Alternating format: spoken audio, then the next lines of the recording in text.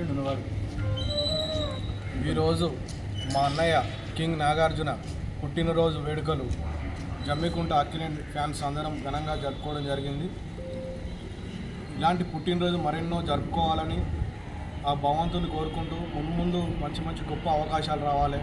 మొన్న కుబేర అయితే ఈరోజు కూలి, ఇట్లాంటి ముందు ఎన్నో మంచి ఆలోచనలతో ఎంతోమంది కొత్త డైరెక్టర్లను పరిచయం చేసిన ఘనత ఓన్లీ తెలుగు ఇండస్ట్రీలో అక్కినేని నాగార్జునకే ఉంది.